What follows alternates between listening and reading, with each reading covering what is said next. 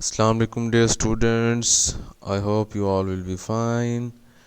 आज हमने एक नया टॉपिक स्टार्ट करना है जिसका नाम है Hess's law of constant heat summation. Paper point of view से ये बहुत इम्पॉर्टेंट है। अक्सर लॉन्ग क्वेश्चन के तौर पर जो है वो पूछा जाता है हमसे, तो आप लोगों ने तवज्जो के साथ जो है वो इसे समझना है। देखिए, सबसे पहले हम डेफिनेशन करेंगे इसकी।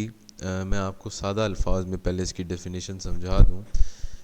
इसके कहने का मतलब है या कहना चाहता है, Hess's law of constant heat summation हमें ये कहता है कि अगर आपके पास एक केमिकल प्रोसेस या एक केमिकल रिएक्शन एक से ज़्यादा स्टेप्स में अकर होता है, तो दोनों स्टेप्स के दौरान हीट चेंज जो है वो सेम रहेगी, रिगार्डलेस कि आप जो है वो जो मर्ज़ी पाथ अडॉप्ट करें केमिकल रिएक्शन या केमिकल चेंज अक्कर करने के लिए। फॉर एग्ज़ाम्पल यहाँ पे ये मौजूद है एक इक्वेशन, वो कहता है कि अगर हम फॉर एग्ज़ाम्पल ए को या तो डायरेक्टली डी के अंदर कन्वर्ट कर दें, या ए को पहले बी में, फिर बी से सी में और सी से फिर डी में कन्वर्ट करें, तो कहता है दोनों पाथ्स के लॉन्ग हीट चेंज जो है वो सेम रहेगा regardless of the route adopted, जो मर्ज़ी हम रूट अडॉप्ट करें। एक शर्त है कि फ़ाइनल और इनिशियल कंडीशंस दोनों की सेम होनी चाहिए। देखें, फ़ाइनल और इनिशियल कंडीशन दोनों में सेम है। यहाँ से फ़ाइनल ए, इनिशियल ए, फाइनल डी, और यहाँ पे भी आपके पास इस पाथ के अलोंग भी इनिशियल और फाइनल कंडीशंस आपके पास सेम है। तो कहता है रिएक्टेंट्स और सादा अल्फाज में रिएक्टेंट्स और प्रोडक्ट्स अगर आपके पास सेम है तो जो मर्ज़ी पाथ इख्तियार करें, इससे कोई फ़र्क भी नहीं पड़ेगा आपके पास। नेक्स्ट देखते हैं जी। तो डेफिनेशन इसकी देखिएगा आप लोग। कहता है कि if a chemical change occurs या takes place by several different routes, the overall heat energy या overall energy change is same regardless of the route adopted by the chemical change occurs provided the initial concentration and final concentration or conditions are the same।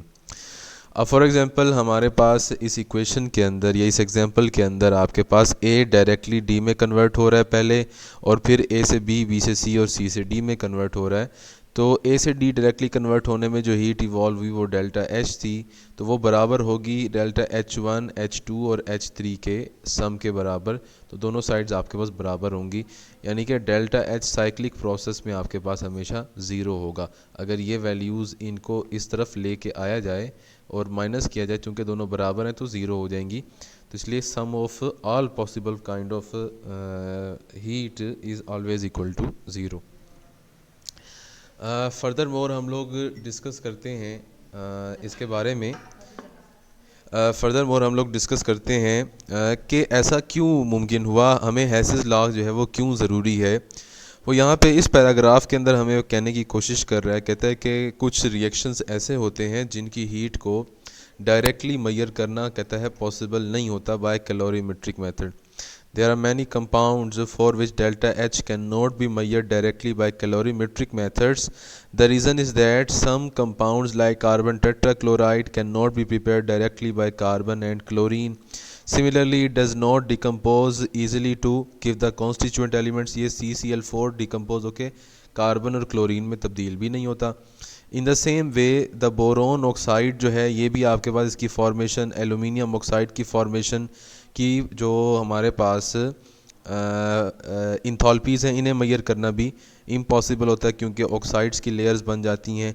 Carbon monoxide को directly measure नहीं किया जा सकता क्योंकि उसके साथ CO2 भी बनता है। तो ऐसे बहुत सारे स्टेप्स हैं कि जिनको डायरेक्टली मेजर नहीं किया जा सकता, तो उनको मेजर करने के लिए फिर हम हेसिस लॉ अप्लाई करते हैं।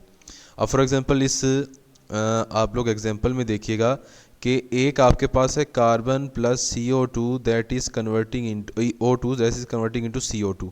या तो डायरेक्टली ये डेल्टा एच है आपके पास, डायरेक्टली कन्वर्ट हो जाए, या फिर पहले ये हाफ ऑक्सीजन के साथ रिएक्ट करे और CO बनाए, फिर ये हाफ ऑक्सीजन के साथ और रिएक्ट करके और CO2 बना दे। तो ये डेल्टा H1 होगा और ये डेल्टा H2 होगा।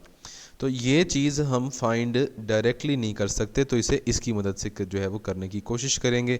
अब देखें, कार्बन और CO2 की फॉर्मेशन -393 और कार्बन मोनोऑक्साइड से CO2 की फॉर्मेशन -283 है, और ये हम मेजर नहीं कर सकते कार्बन मोनोऑक्साइड की फॉर्मेशन को। तो इसको करने के लिए हमें क्या दरकार है, हमें दरकार है जी इसको हमने फाइंड आउट करना है। तो कैसे फाइंड आउट करेंगे, ये हमारे पास नेक्स्ट इक्वेशन मौजूद है। देखें, हमने हेसिस लॉ अप्लाई किया, delta H is equal to delta H one plus delta H two. तो ये इक्वेशन अप्लाई की।